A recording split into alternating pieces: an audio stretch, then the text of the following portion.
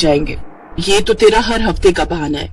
जब जानती है कि घर के कामकाज में खराब होना है तो क्यों बेकार पैसे फूक कर आती है। चल अब बर्तन धो, मुझे खाना बनाने में देर हो रही है। एक बार कह दिया ना नहीं धोऊंगी, आप धो लो, मैं खाना बना लेती हूँ। इसी तरह दोनों एक दूसरे पर बर्तन धोने का काम टाले जा रही थी। उधर बाहर डाइनिंग टेबल पर बैठे घर वाले खाने का वेट कर रहे थे। हे राम, खाना कहाँ रह गया। मेरे पेट में तो चूहे कूद रहे हैं, लेकिन ये रसोई से आवाज कैसी आ रही है। माँ लगता है दोनों फिर से शुरू हो गए। धत तेरी की, फिर तो मिल गया हमें आज भी खाना। अनुज बेटा ऐसा कर, तू बाहर से ही खाना मंगवा ले। एक दिन इन दोनों बिल्लियों की लड़ाई में भूख के मारे ही मैं परलोक न सिधार जाऊं। हाँ भी ऑर्डर कर देता हूँ। वैसे भी हमारे पास और चारा भी क्या है। उधर दोनों अभी भी बहस ही किए जा रही थी। ठीक है, फिर नहीं धोने ना तुझे बर्तन, तो मैं अभी कोई खाना वाना नहीं बनाने वाली। रहो सब भूखे आज। अरे भूखे क्यों रहेंगे, कल रोहन जी ने खाना ऑर्डर किया था, आज अनुज भैया को बोलो, वो ऑर्डर कर देंगे। दोनों ये बोलने बाहर आती है कि तभी अनुज कहता है, कर दिया ऑर्डर। हम जानते हैं तुमसे खाना नहीं बनेगा। तुम दोनों से मिलकर खाना और बर्तन धोने तक का काम भी नहीं होता क्या। मुझे तो आप कुछ ना ही बोलो जेठ जी तो बेहतर रहेगा। मैंने सुबह का खाना और दोपहर का खाना बनाकर अपना काम पूरा कर लिया था। सिर्फ रोटियां सेकने को दोपहर का खाना बनाना नहीं कहते। हाँ, अब जो भी हो, काम तो हुआ था ना। बस करो, दोनों रिकॉर्डर की तरह शुरू होती हो तो बचती ही रहती हो। कुछ देर बाद डिलीवरी बॉय खाना ले आता है। सब चुपचाप उस खाने को खा लेते हैं। अगली रात दोनों में फिर से रात की रसोई का संग्राम छिड़ जाता है। तभी पड़ोस की कमला आंटी वहाँ आती है। ये ले रश्मि, आज अपनी बेटी के यहाँ गई थी। उसके बेटे का मुंडन था ना, तो वही भंडारा था। सोचा तुम्हारे लिए प्रसाद लेती चलूं। लो, तुम सब भी खा लेना। अरे वाह, फिर तो आज रात की रसोई बनानी नहीं पड़ेगी और ना वो बर्तन धोने पड़ेंगे। रश्मि ये देखकर खुश हो जाती है। फिर दोनों देवरानी जेठानी बर्तन ना धोने पड़े इसलिए एक बड़े से भगोने में आलू की सब्जी डाल देती है। एक कटोरे में हलवा और बड़ी सी परात में पूरियां परोस देती है। फिर सबको उसी में एक साथ खाने को कहती है। तुम पागल हो गई हो क्या? सब इसमें एक साथ कैसे खाएंगे? चल तो दिव्या, जरा इन्हें खाकर तो दिखा। दोनों पूरियां तोड़कर सब्जी में डुबोती है, खाने लगती है। उन्हें ऐसा करते देख सबको उन पर गुस्सा तो आ रहा था, लेकिन वो खाने के अलावा उनके पास और कोई चारा नहीं था। वो रात तो जैसे तैसे कट गई, लेकिन अगली शाम फिर वही कहानी छिड़ गई। देख, कल तो कमला आंटी भंडारा दे गई थी, लेकिन आज तो तुझे बर्तन धोने ही पड़ेंगे। क्या दीदी, मैं बहुत थक गई हूँ, आज रहने देते हैं। मैं उनसे कहकर बाहर से खाना मंगवा लेती हूँ। ये सुनकर रोहन गुस्से में आ जाता है। चुप रहो, अपना मुंह बंद रखना। आज हम दोनों में से कोई भी बाहर का खाना ऑर्डर नहीं करेगा। जाओ दोनों रसोई में और खाना बना कर लाओ। दोनों डर के मारे किचन में चली जाती है। क्या करे दीदी, अब तो रात की रसोई करनी पड़ेगी। अच्छा एक काम करते हैं, आप ये बर्तन धो लो तो मैं सबके लिए पुलाव बना दूंगी। हा, आई बड़ी बर्तन धो दो, खुद धो ले समझी। और रही उन लोगों के बाहर का खाना ना खाने की बात, तो कोई बात नहीं, हम उन्हें बाहर का खाना मंगवाने के लिए नहीं कहेंगे और ना ही हम खुद घर पर बनाएंगे। मैं कुछ समझी नहीं, अभी बताती हूँ। रश्मि डब्बे समेत नमकीन, मुरमुरा और बिस्कुट लेकर घर वालों के सामने रख देती है। ये रहा आप लोगों का आज का खाना।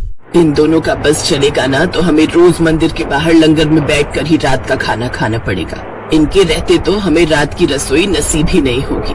बस बहुत हुआ, आज तो हम जैसे तैसे ये खा लेते हैं, लेकिन अगर कल से खाना नहीं मिला तो फिर तुम लोगों की खैर नहीं। जी ठीक है, लेकिन उनके पास इसका भी जुगाड़ था। अगले दिन दिव्या बाजार से जाकर कुछ डिस्पोजेबल प्लेट्स ले आती है। यार दिव्या, खाना तो डिस्पोजेबल में खा लेंगे, लेकिन खाना बनाने के लिए तो वो बर्तन धोने ही होंगे ना। कुकर, कढ़ाई, ये सब तो चाहिए ही ना। फिकर नॉट, ये देखो 2 मिनट में बनने वाली मैगी, अब हम सब यही बनाएंगे।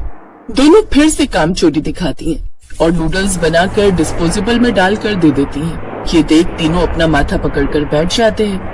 लेकिन अगले दिन सास ने दोनों बहुओं को सबक सिखाने का फैसला किया। अगली शाम रसोई से बर्तन धोने की आवाज आती है। दीदी, अभी तो हम रसोई में गए भी नहीं, फिर ये बर्तन धोने की आवाज कहाँ से आ रही है? चलो देखते हैं। दोनों अंदर जाकर देखती हैं तो अनुज बर्तन मांज रहा होता है, रोहन धो रहा होता है और बूढ़ी सास पार्वती खाना बनाने लगती है। ये देख उन दोनों को बड़ी शर्मिंदगी होती है। ये आप सब क्या कर रहे हैं? बहू, अब तुम दोनों से तो ना बर्तन धुलते हैं ना खाना बनता है, तो हमने सोचा हम खुद ही ये काम कर लेते हैं ताकि हमें रात की रसोई खाना तो नसीब हो। तुम दोनों जाओ और आराम करो। नहीं माँ जी, हमें माफ कर दीजिए, हमारी रहते आपको ये सब काम करना पड़ रहा है। हाँ माँ जी, हमसे भूल हो गई, हमें अपनी गलती का एहसास हो चुका है। अब से आपको कभी शिकायत का मौका नहीं देंगे। हमारे रहते हमारे पतियों को जूठे बर्तन और माँ जी आपको खाना बनाना पड़ रहा है। नहीं नहीं नहीं, आप सब बाहर जाइए, हम 1 घंटे में खाना बनाकर लाते हैं। अच्छा ठीक है, तुम कहती हो तो रहने देते हैं। चलो बेटा। माँ और बेटे बाहर आकर खूब हंसते हैं और एक दूसरे को आंख मारकर कहते हैं मिशन सक्सेसफुल।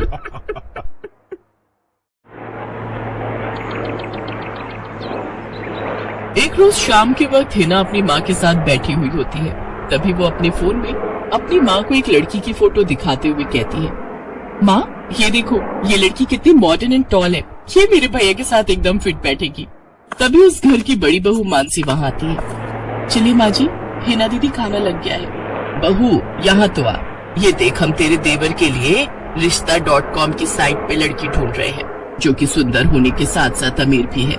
अब तेरे गरीब मायके वालों ने दहेज के नाम पर 1-2 चीज पकड़ा दी बस, इसलिए अब मैं अपनी छोटी बहू अमीर खानदान की लाऊंगी, जो कि भर भर कर दहेज लाए। हाँ, वो अपनी बड़ी बहू को ताने दे ही रही थी कि तभी उसका छोटा बेटा हितांश एक मॉडर्न लड़की के साथ घर आता है।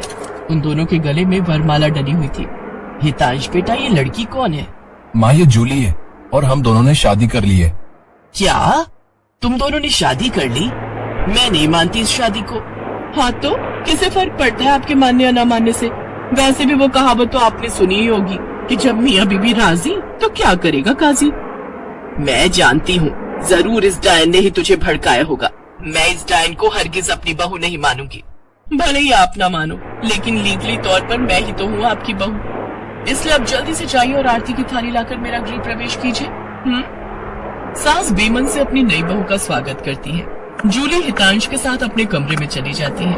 हे राम, माँ अपनी इस नई छैल छबीली के तेवर देखे, इसके तो रंग ढंग ही अलग है, बड़ा ही घमंड है इसमें। तू चिंता मत कर बेटी, कल इसका ससुराल में पहला दिन है। तुम देखना अगर मैंने भी इसका घमंड चूर चूर नहीं किया तो। अगले दिन सुबह हितांश के पिता यानी जूली के ससुर अपनी पत्नी से कहते हैं, तुम लोग देखो तो सुबह के 10 बजने को है और ये नई बहू अभी तक अपने कमरे में सोई पड़ी है, और आज इसका रसोई में पहला दिन है और ये अभी तक अपने कमरे में है। तुम रुको जी, अभी मैं इसकी खबर लेती हूँ। नई बहू, अरे ओ नई बहू। कुछ देर बाद जूली वहाँ आती है। क्या बात है मम्मी जी, क्यों सुबह सुबह इस घर को मच्छी बाजार बना कर रखा है? छोटी बहू, ये क्या तरीका है अपनी सास से बात करने का? हितांश, हितांश जरा बाहर आना तो। अब क्या हुआ जूली डार्लिंग? तुम चुपचाप से अपने बाप को समझा लो कि वो मुझसे तमीज में रहकर बात किया करे। पिताजी, आपने सुना जूली ने क्या कहा? नालायक, इस दिन के लिए पैदा किया है क्या तुझे कि तू अपनी बीवी का जोरों का गुलाम बन जाए? बस आपसे ही सीखा है पिताजी। जूली की सास खाने की लिस्ट नई बहू के हाथ में देती है और कहती है, ये ले, ये तेरी पहली रसोई की लिस्ट है। आज तुझे ये सब खाना हम सबके लिए बनाना है, और हाँ, उसके बाद किचन की साफ सफाई भी कर देना। सासू माँ, ना तो मैं खाना बनाऊंगी और ना ही सफाई करूंगी। बहू आई है घर में, कोई काम वाली बाई नहीं जो उसे आते ही काम बता दे। भले ही ससुराल में मेरा पहला दिन हो, लेकिन इस पहले दिन से अब आप लोगों की जिंदगी बदलने वाली है। तो मेरी प्यारी ननद जी, पहले तो आप इस घर की साफ सफाई करोगी, और सासू माँ आप बनाएंगी खाना, और वो भी मेरी पसंद का। मैं ये सब नहीं करूंगी, समझी? देवरानी जी, ये सब क्या कह रही हैं आप? हम इस घर की बहू हैं और ससुराल वालों का ख्याल रखना हमारा फर्ज है। जेठानी जी, इन जैसे फर्जी लोगों के लिए काहे का फर्ज? इनके साथ तो यही होना चाहिए। बड़ी जुबान चलती है तेरी, मैं तो तुझे छत से धक्का ही दे दूंगी, फिर तू भूतनी बनकर भटकती रहना। और ये हो गई आपकी कही बातों की सारी रिकॉर्ड।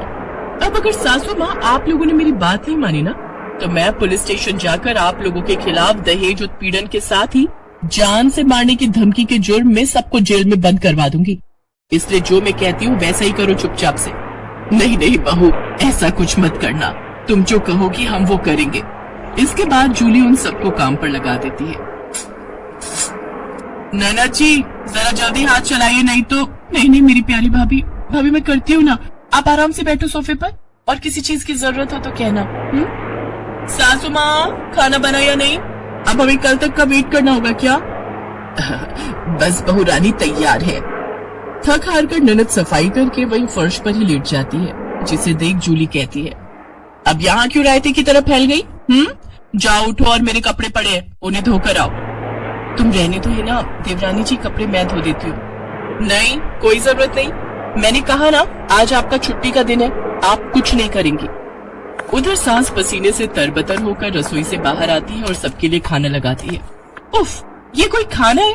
इसकी तो शक्ल देखकर ही खाने का मन नहीं कर रहा। ले जाओ, ये खाना मुझे नहीं खाना। मैं अभी अपने लिए कुछ बाहर से ऑर्डर कर रही हूँ। लेकिन बहू, मैंने इतनी मेहनत से बनाए हैं, पूरे 2 घंटे लगे हैं मुझे रसोई में खड़े हुए। तो मैं क्या करूँ?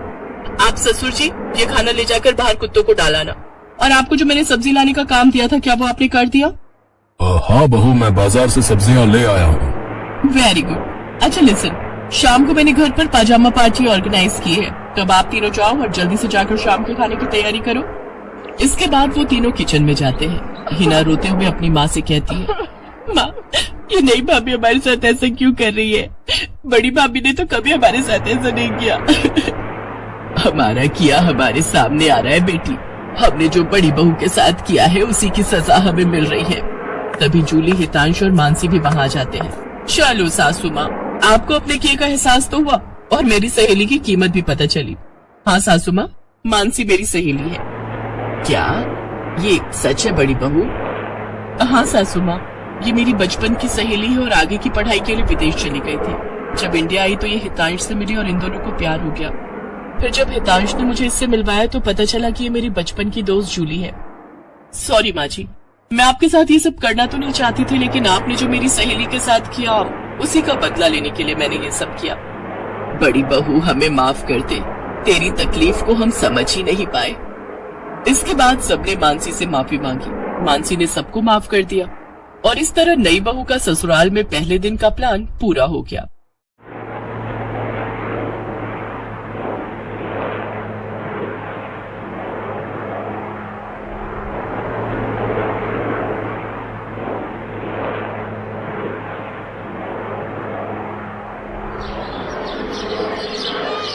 ओह गॉड, यहाँ तो पूरा श्रिंक भरा पड़ा है गंदे बर्तनों से।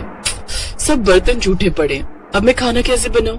ये मेरी देवरानी दिव्या भी ना एक नंबर की आलसी है। सुबह जब शीला बर्तन धोकर जाती है तब तो सबके लिए नाश्ता बना लेती है, लेकिन जब शाम को यहाँ बर्तनों का पहाड़ इकट्ठा होता है तो वो महारानी अपने कमरे में चूहे की तरह डूबकर बैठ जाती है। अभी बताती हूँ मैं इसे। दिव्या, अरे ओ दिव्या, कहाँ है? क्या हुआ जेठानी जी? मुझे बिग बॉस देखना है। अरे मुझे यहाँ सबके लिए रात का खाना बनाना है, लेकिन यहाँ तो बर्तनों का ढेर लगा हुआ है और तू महारानी है कि जिसे अपना बिग बॉस देखना है। चल पहले जल्दी से सारे बर्तन धो। है क्या? मैं बर्तन धो? ना बाबा ना, मैंने आज ही मैनिक्योर करवाया है, फिर उसके पैसे वेस्ट चले जाएंगे। ये तो तेरा हर हफ्ते का बहाना है। जब जानती है कि घर के कामकाज में खराब होना है तो क्यों बेकार पैसे फूक कर आती है। चल अब बर्तन धो, मुझे खाना बनाने में देर हो रही है। एक बार कह दिया मैं नहीं धोऊंगी, आप धो लो, मैं खाना बना लेती हूँ। इसी तरह दोनों एक दूसरे पर बर्तन धोने का काम टाले जा रही थी। उधर बाहर डाइनिंग टेबल पर बैठे घर वाले खाने का वेट कर रहे थे। हे राम, खाना कहाँ रह गया? मेरे पेट में तो चूहे कूद रहे हैं, लेकिन ये रसोई से आवाज कैसी आ रही है? माँ, लगता है दोनों फिर से शुरू हो गए। धत तेरी की, फिर तो मिल गया हमें आज भी खाना। अनुज बेटा, ऐसा कर तू बाहर से ही खाना मंगवा ले। एक दिन इन दोनों बिल्लियों की लड़ाई में भूख के मारे ही मैं परलोक न सिधार जाऊं। हाँ, भी ऑर्डर कर देता हूँ माँ, वैसे भी हमारे पास और चारा भी क्या है। उधर दोनों अभी भी बहस ही किए जा रही थी। ठीक है, फिर नहीं धोने ना तुझे बर्तन, तो मैं अभी कोई खाना वाना नहीं बनाने वाली। रहो सब भूखे आज। अरे भूखे क्यों रहेंगे? कल रोहन जी ने खाना ऑर्डर किया था, आज अनुज भैया को बोलो, वो ऑर्डर कर देंगे। दोनों ये बोलने बाहर आती है कि तभी अनुज कहता है, कर दिया ऑर्डर। हम जानते हैं तुमसे खाना नहीं बनेगा। तुम दोनों से मिलकर खाना और बर्तन धोने तक का काम भी नहीं होता क्या? मुझे तो आप कुछ ना ही बोलो जेठ जी तो बेहतर रहेगा। मैंने सुबह का खाना और दोपहर का खाना बनाकर अपना काम पूरा कर लिया था। सिर्फ रोटियां सेकने को दोपहर का खाना बनाना नहीं कहते। हाँ, अब जो भी हो, काम तो हुआ था ना। बस करो, दोनों रिकॉर्डर की तरह शुरू होती हो तो बजती ही रहती हो। कुछ देर बाद डिलीवरी बॉय खाना ले आता है। सब चुपचाप उस खाने को खा लेते हैं। अगली रात दोनों में फिर से रात की रसोई का संग्राम छिड़ जाता है। तभी पड़ोस की कमला आंटी वहाँ आती है। ये ले रश्मि, आज अपनी बेटी के यहाँ गई थी। उसके बेटे का मुंडन था ना, तो वहीं भंडारा था। सोचा तुम्हारे लिए प्रसाद लेती चलूं। लो, तुम सब भी खा लेना। अरे वाह, फिर तो आज रात की रसोई बनानी नहीं पड़ेगी और ना वो बर्तन धोने पड़ेंगे। रश्मि ये देखकर खुश हो जाती है। फिर दोनों देवरानी जेठानी बर्तन ना धोने पड़े इसलिए एक बड़े से भगोने में आलू की सब्जी डाल देती है। एक कटोरे में हलवा और बड़ी सी परात में पूरियां परोस देती है। फिर सबको उसी में एक साथ खाने को कहती है। तुम पागल हो गए हो क्या? सब इसमें एक साथ कैसे खाएंगे? चल तो दिव्या, जरा इन्हें खाकर तो दिखा। दोनों पूरियां तोड़कर सब्जी में डुबोती है, खाने लगती है। उन्हें ऐसा करते देख सबको उन पर गुस्सा तो आ रहा था, लेकिन वो खाने के अलावा उनके पास और कोई चारा नहीं था। वो रात तो जैसे तैसे कट गई, लेकिन अगली शाम फिर वही कहानी छिड़ गई। देख, कल तो कमला आंटी भंडारा दे गई थी, लेकिन आज तो तुझे बर्तन धोने ही पड़ेंगे। क्या दीदी, मैं बहुत थक गई हूँ, आज रहने देते हैं। मैं उनसे कहकर बाहर से खाना मंगवा लेती हूँ। ये सुनकर रोहन गुस्से में आ जाता है। चुप रहो, अपना मुंह बंद रखना। आज हम दोनों में से कोई भी बाहर का खाना ऑर्डर नहीं करेगा। जाओ दोनों रसोई में और खाना बना कर लाओ। दोनों डर के मारे किचन में चली जाती है। क्या करे दीदी, अब तो रात की रसोई करनी पड़ेगी। अच्छा, एक काम करते हैं, आप ये बर्तन धो लो तो मैं सबके लिए पुलाव बना दूंगी। हाँ, आई बड़ी बर्तन धो दो, खुद धो ले समझी। और रही उन लोगों के बाहर का खाना ना खाने की बात, तो कोई बात नहीं, हम उन्हें बाहर का खाना मंगवाने के लिए नहीं कहेंगे और ना ही हम खुद घर पर बनाएंगे। मैं कुछ समझी नहीं, अभी बताती हूँ। रश्मि डब्बे समेत नमकीन, मुरमुरा और बिस्कुट लेकर घर वालों के सामने रख देती है। ये रहा आप लोगों का आज का खाना। इन दोनों का बस चलेगा ना तो हमें रोज मंदिर के बाहर लंगर में बैठकर ही रात का खाना खाना पड़ेगा। इनके रहते तो हमें रात की रसोई नसीब ही नहीं होगी। बस बहुत हुआ, आज तो हम जैसे तैसे ये खा लेते हैं, लेकिन अगर कल से खाना नहीं मिला तो फिर तुम लोगों की खैर नहीं। जी ठीक है, लेकिन उनके पास इसका भी जुगाड़ था। अगले दिन दिव्या बाजार से जाकर कुछ डिस्पोजेबल प्लेट्स ले आती है। यार दिव्या, खाना तो डिस्पोजेबल में खा लेंगे, लेकिन खाना बनाने के लिए तो वो बर्तन धोने ही होंगे ना। कुकर, कढ़ाई, ये सब तो चाहिए ही ना।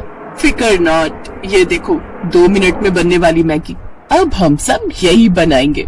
दोनों फिर से काम चोरी दिखाती हैं और नूडल्स बनाकर डिस्पोजेबल में डालकर दे देती हैं। ये देख तीनों अपना माथा पकड़कर बैठ जाते हैं। लेकिन अगले दिन सास ने दोनों बहुओं को सबक सिखाने का फैसला किया। अगली शाम रसोई से बर्तन धोने की आवाज आती है। दीदी, अभी तो हम रसोई में गए भी नहीं, फिर ये बर्तन धोने की आवाज कहाँ से आ रही है? चलो देखते हैं। दोनों अंदर जाकर देखती हैं तो अनुज बर्तन मांज रहा होता है, रोहन धो रहा होता है और बूढ़ी सास पार्वती खाना बनाने लगती है। ये देख उन दोनों को बड़ी शर्मिंदगी होती है। ये आप सब क्या कर रहे हैं? बहू, अब तुम दोनों से तो ना बर्तन धोते हैं ना खाना बनता है, तो हमने सोचा हम खुद ही ये काम कर लेते हैं ताकि हमें रात की रसोई खाना तो नसीब हो।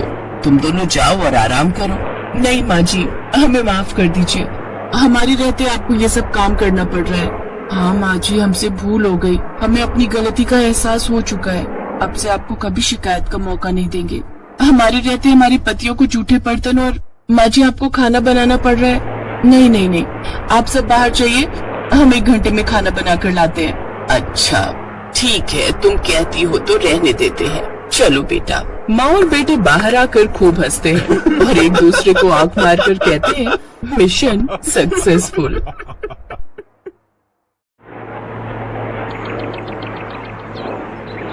एक रोज शाम के वक्त हिना अपनी माँ के साथ बैठी हुई होती है। तभी वो अपने फोन में अपनी माँ को एक लड़की की फोटो दिखाते हुए कहती है, माँ ये देखो, ये लड़की कितनी मॉडर्न एंड टॉल है, ये मेरे भैया के साथ एकदम फिट बैठेगी।